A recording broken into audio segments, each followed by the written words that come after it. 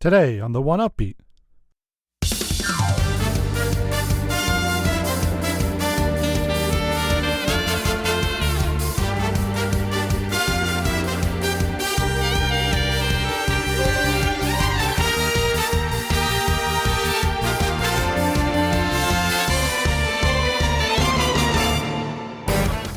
We visit the second half of the year's best game music, sort of. This episode will take you from September to November of 2022. You'll hear music from Motoi Sakuraba, McCreary, Coscina, and more.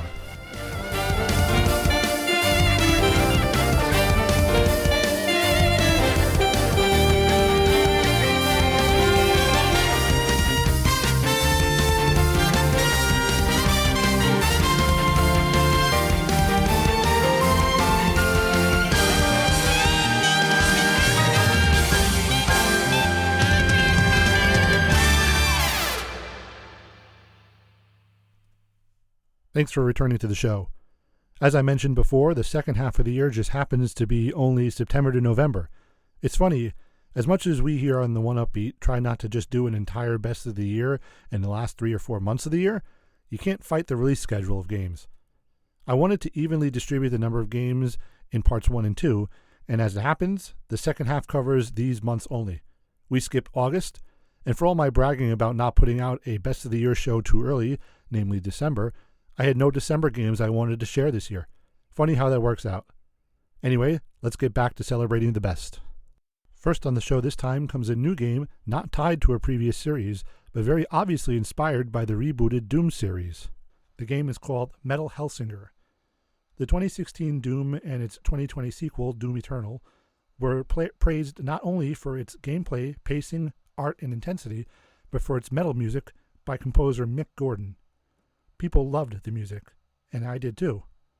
The Outsiders, who are the developers of Metal Hellsinger, married the music even closer to the shooting gameplay of their game. In Metal Hellsinger, when you shoot the enemies to the rhythm of the music, it does additional damage, and as the combos increase, the music picks up in its intensity.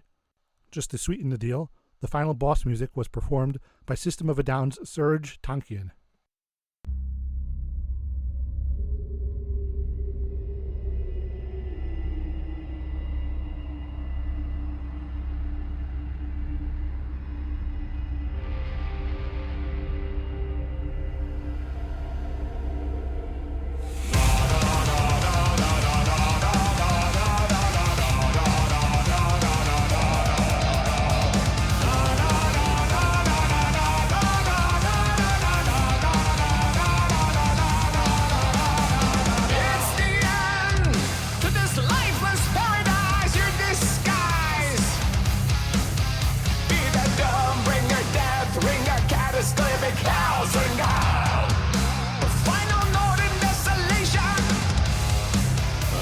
Fear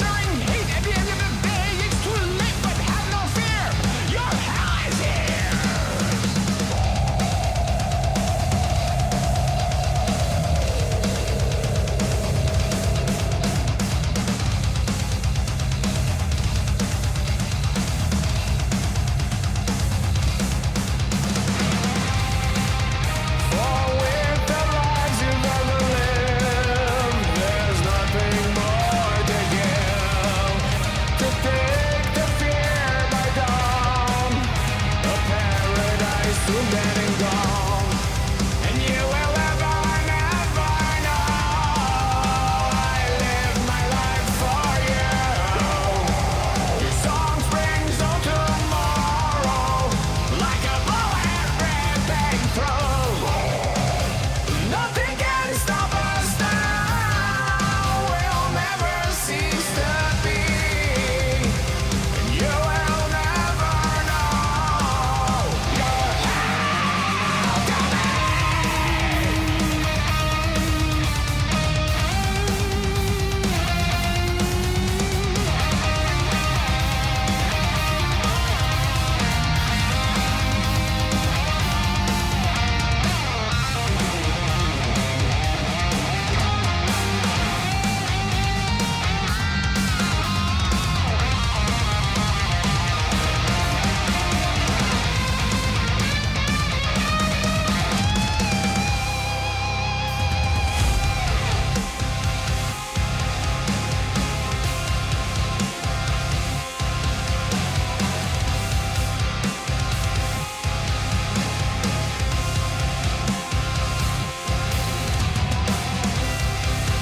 I peel back the sky for you. Shoot a falling stars, my bullet through eternity. Paradise soon dead and gone, there's nothing else to give. No dawn, forward the lies that you ever lived.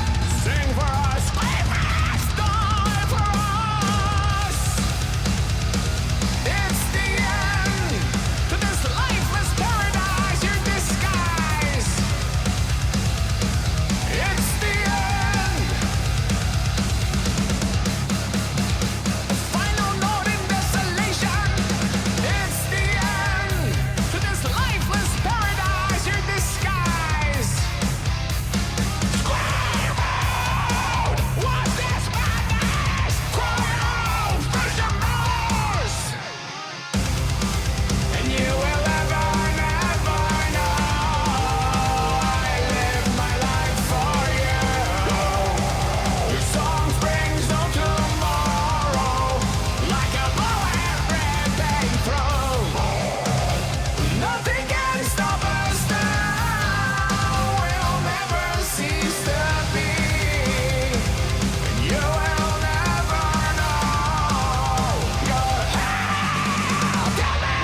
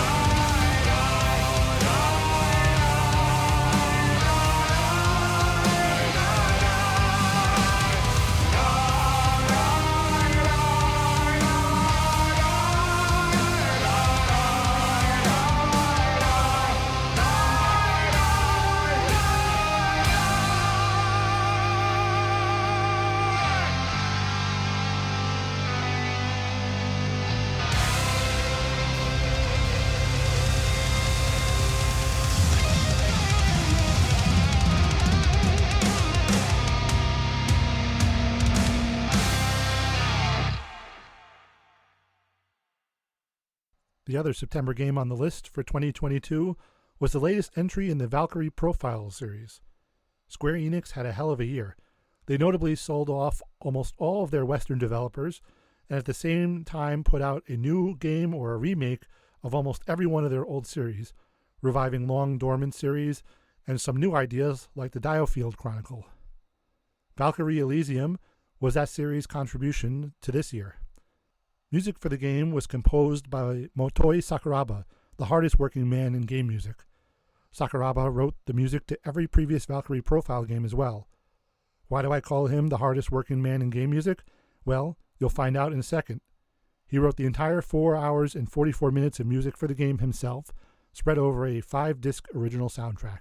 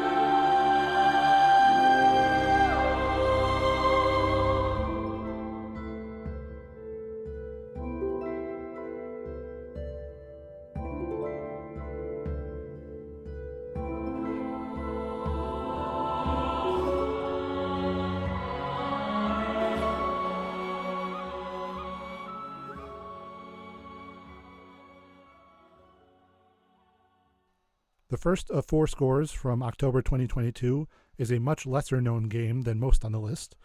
It's a PC-only game called Potionomics. In Potionomics, you're a witch who runs a failing potion shop, and you have to turn things around.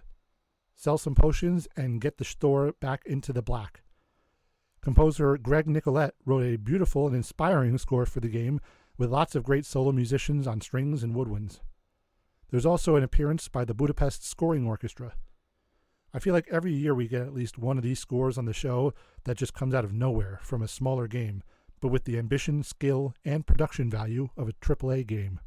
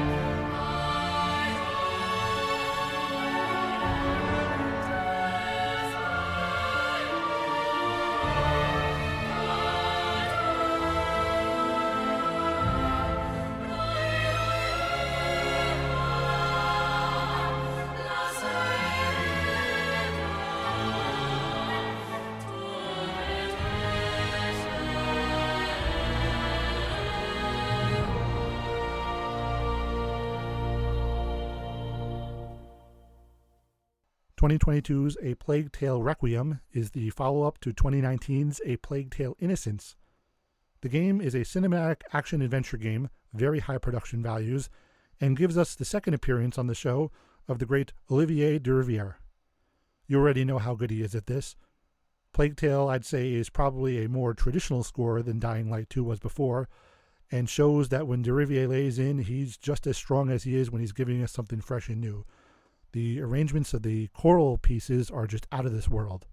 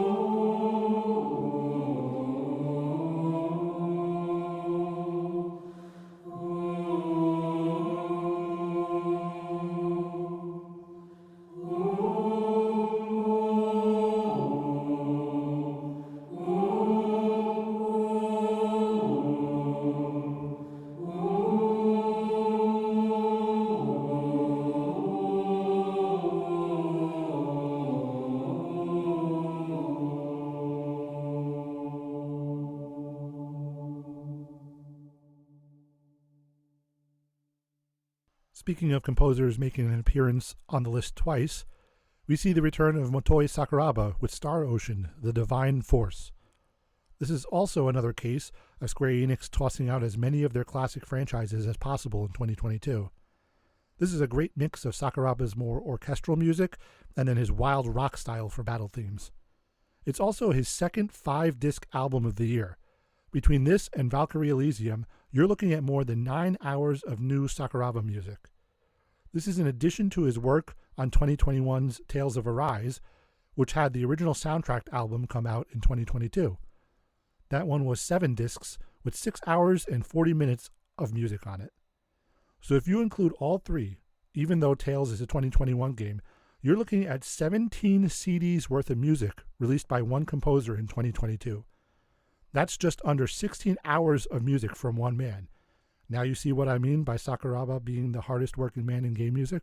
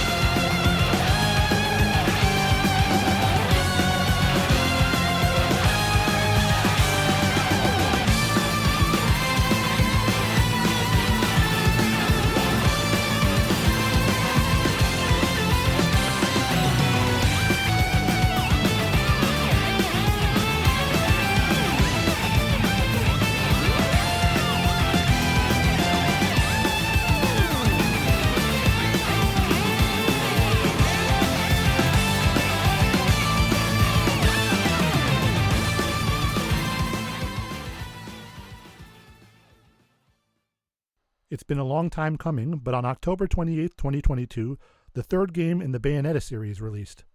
The game was originally announced at the end of 2017, and finally it re-emerged after almost 5 years, and we were visited by everyone's favorite witch just in time for Halloween. Outside of the very lengthy score, which is great in its own right, the most fun musical aspect of the Bayonetta games is discovering which classic song will get a Bayonetta-style remix. The original game's song was Fly Me to the Moon, Bayonetta 2's was Moon River, and this time, for Bayonetta 3, it's Moonlight Serenade. Notice a pattern?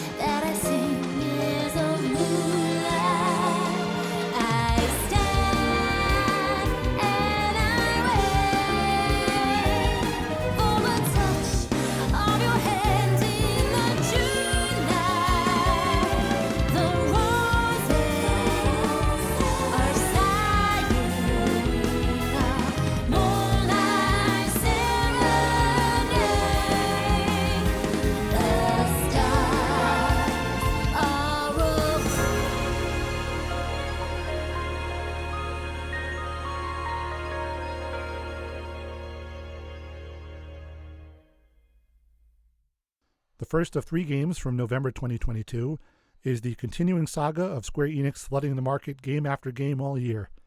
This time, instead of the revival of a long-lost series, it's an original game called Harvestella. The game is a fusion of a farming game and a save-the-world style RPG. The music was composed by Coscina. Shina was a composer for Namco for many years, working on series like the Tales series, Tekken, and Ace Combat. In 2017, he became a freelance composer, which led him to work on Harvestella. The game's music is beautifully orchestral in that very pretty JRPG style. It's still early in the game's lifespan, but the music seems to be a hit, even gaining the attention of a lot more music lovers that aren't usually aware of Japanese game music that I would have expected.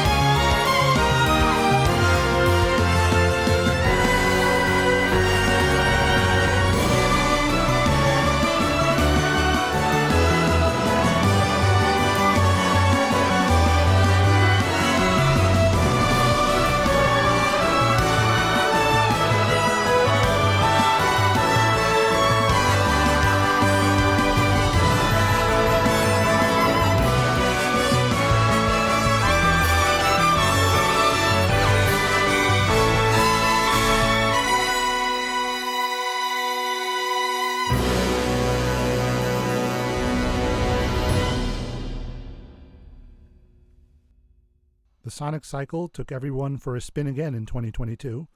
If you're not familiar with the Sonic cycle, it describes the range of emotions that Sonic the Hedgehog fans go through from the announcement of a new Sonic game, early footage and previews, reviews, and finally release. This year's Sonic game is a game that's very obviously heavily inspired by The Legend of Zelda Breath of the Wild, both in musical style and visuals. It's a fully open-world Sonic game, and it actually had a fairly positive reception. The game's score, the biggest one in Sonic history, is led by Sonic veteran Tomoya Otani.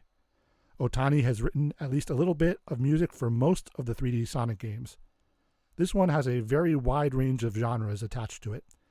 Everything from fairly typical film-style music for the cutscenes, quite a few rock songs to accompany the boss battles, high-energy electronic music, and of course, delicate piano music to emulate that Breath of the Wild style. All have memorable moments, but there's nothing in this game like when you're about to face off against a boss 100 times your size and a song like this kicks in. I'm hanging on to the other side. I won't give up till the end of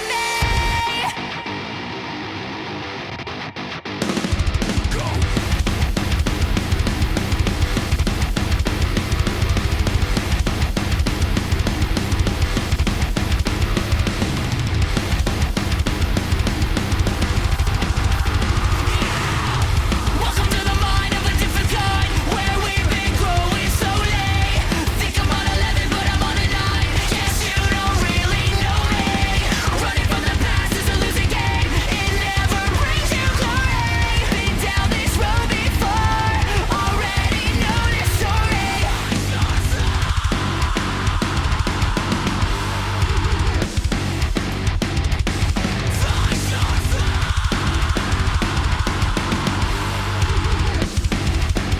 It's time to face your fears when your time has come and gone.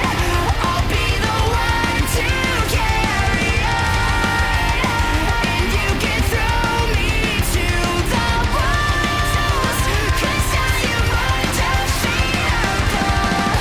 I'm hanging on to the other side. I won't give up till the end of me. I'm what you get when the stars align. Now they say you're just an enemy. You're crossing the line. Now we've run out of time. I'll take what is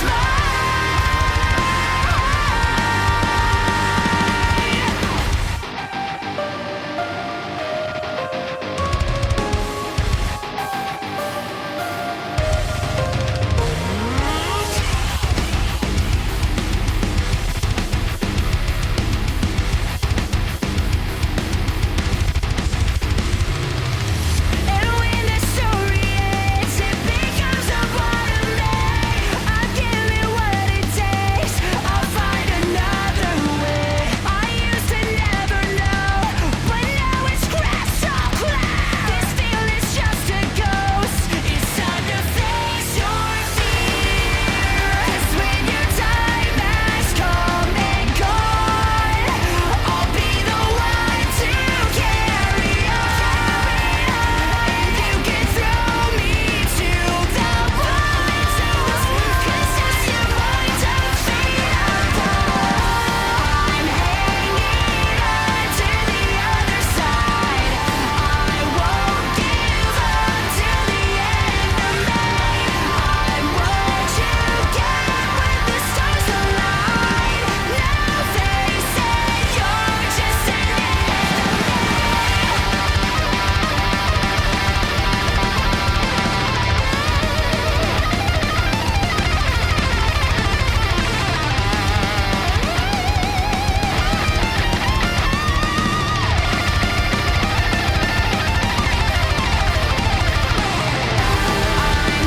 hanging on to the other side. I won't give up till the end of me. I'm what you get when the stars align. Now they say you're just an enemy. Welcome to the mind of a different kind. We've been growing slowly. Think I'm on 11, but I'm on a 9. Guess you don't really know me. Running from the past is a losing game. It never brings you glory. Been down this road before, already know the story. It's fitting that we end this segment of the show on such a special score. Remember earlier when I talked about how there are times when you hear about a sequel coming out, and as soon as you know the previous game's composer is back for more, you know it's a good score? Well, when God of War Ragnarok was announced and composer Bear McCreary confirmed he will be returning for more music, I knew the score would end up in this show. I've made no secret of the fact that I think McCreary is probably a top 5 composer working today across all mediums. He's very versatile as well, but the way he lays in with the orchestra with his 2 God of War scores is unparalleled in games. What a way to end this segment.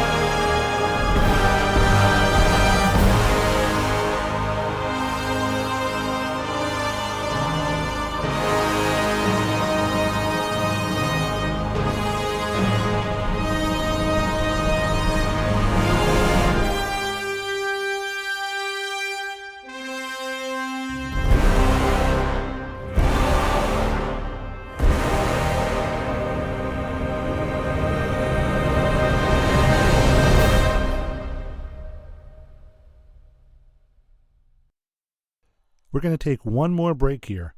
When we return, we're going to go more in-depth and celebrate the top 3 best game scores of 2022. The music in the next part is fantastic, so don't miss it. I can't wait to share those games with you, and I hope you'll join me again next time on the 1UpBeat. Thank you for listening to the Cinematic Sound Radio Podcast. I want to thank Tim Burton for providing his voice for all the bumpers you hear throughout the program, and to David Coscina for providing Cinematic Sound Radio's theme music. If you have any questions, comments, or concerns, please email us at cinematicsound@yahoo.com. You can find us on social media on Twitter, Facebook, and Instagram. And wherever you're listening to us today, please take a moment right now to leave us a rating and a review of the podcast. You can get a Cinematic Sound Radio t-shirt at our TeePublic store. You can join our Patreon at patreon.com/cinematicsoundradio. And don't forget to check us out on the web at cinematicsound.net.